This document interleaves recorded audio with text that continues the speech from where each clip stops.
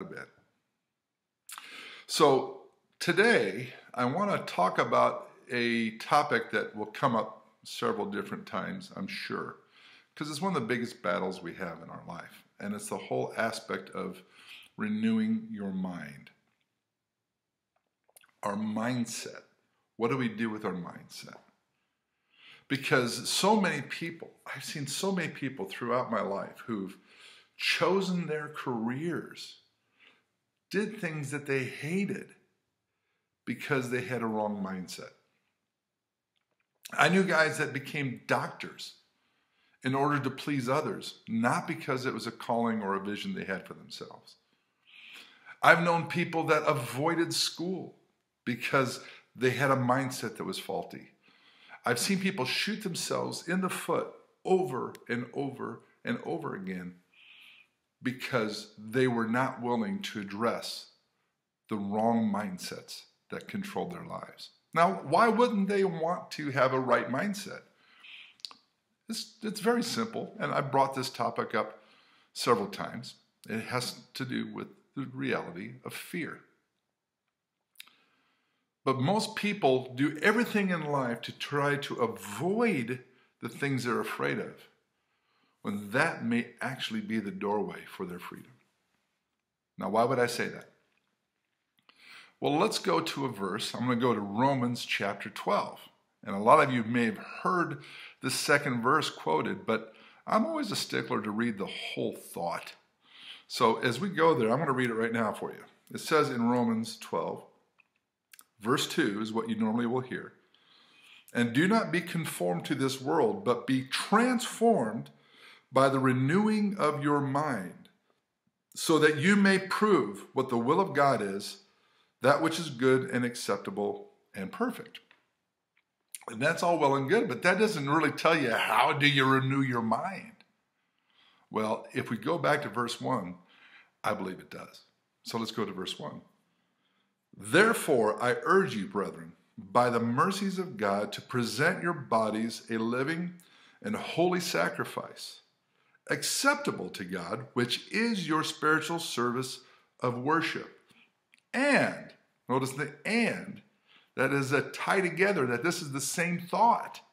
And do not be conformed to this world, but be transformed by the renewing of your mind. So, in looking at that, if you've ever read stories of how they used to do temple worship or whatever, what would happen is people would gather, and in fact, this happened to me. I went to Israel back in the 90s, and we went into the West Bank. We went into the place called Shiloh, which is where the tabernacle existed before they moved everything to Jerusalem and to the temple.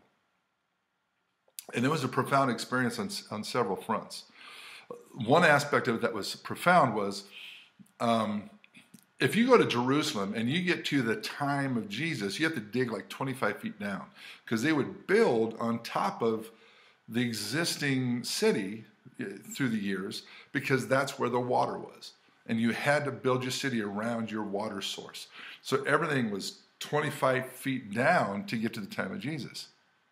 But here we were at the Temple Mount, or the Tabernacle Mount in Shiloh. And you can read about that. This Ichabod was written over the city, so nothing was ever built on it again. And so you had this flat area in the middle where the tabernacle was built. And it had the curtains all the way around, and then it had these hills around it that were actually more clear than they were actually in Jerusalem, where you would get up onto the hill so you could look over the curtains and see them preparing the sacrifice. Now, I'll get to that point because that's the main point of what I'm sharing with you right now. But this story is kind of interesting. The fact that Ichabod, which meant this is going to be abandoned, God's going to leave this place, nothing had ever been built there again.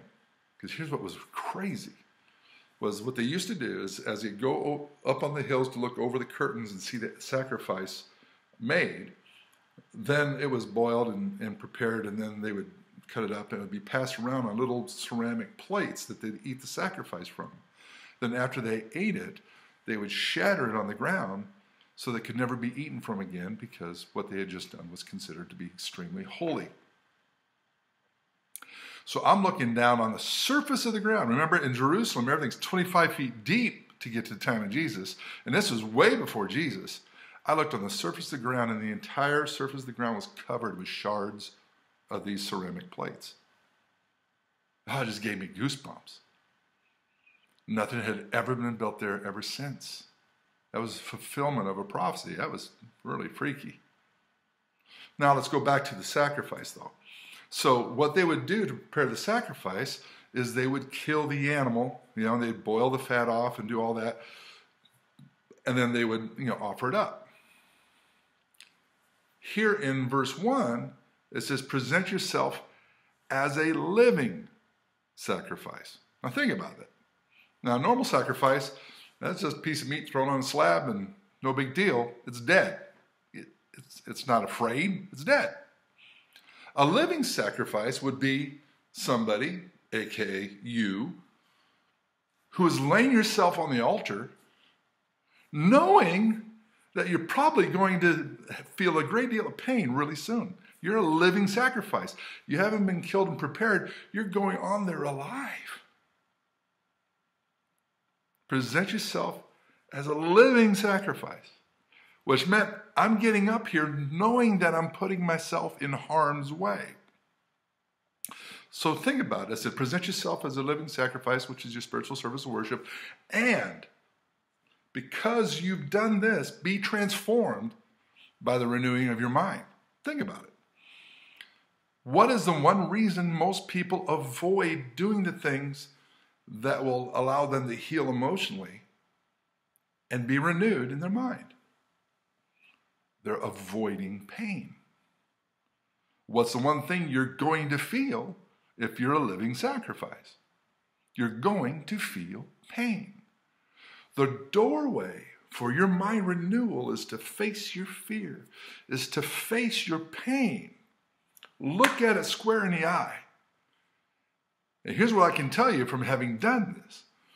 You see this giant brick wall that seems insurmountable, and you face it, and then you find out it's only paper thin. It's not hardly anything at all. It's not nearly as bad as you thought, because your fear of it was far greater than the reality of it. And I don't care how big the problem. I've seen some major problems in my life. And in perspective to eternity, they're paper thin.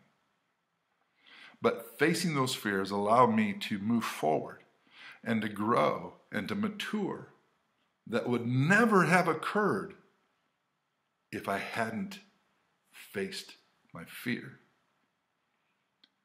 and not shy away from pain. As you heard me teach in other messages, there's pain we're going to experience in life. And you just need to choose either disappointment or regret. But we're going to feel pain. I'm not going to go back into that again. We've got to look at the pain we're going to feel, and we got to face it and go after it if we're ever going to be free from the things that bind us. If you want to be free, kill your fear. Be a living sacrifice. That is your spiritual service of worship, is to make myself vulnerable to God, facing my fears. That is my service of worship. Saying, I trust you enough to allow you to take me where I need to go to grow up. And when I do that, I will be transformed. My mind will be renewed. Have you allowed yourself to be a living sacrifice? Have you allowed yourself to face your fears? That's where you will grow. And that's where you need to go. We'll talk to you next time.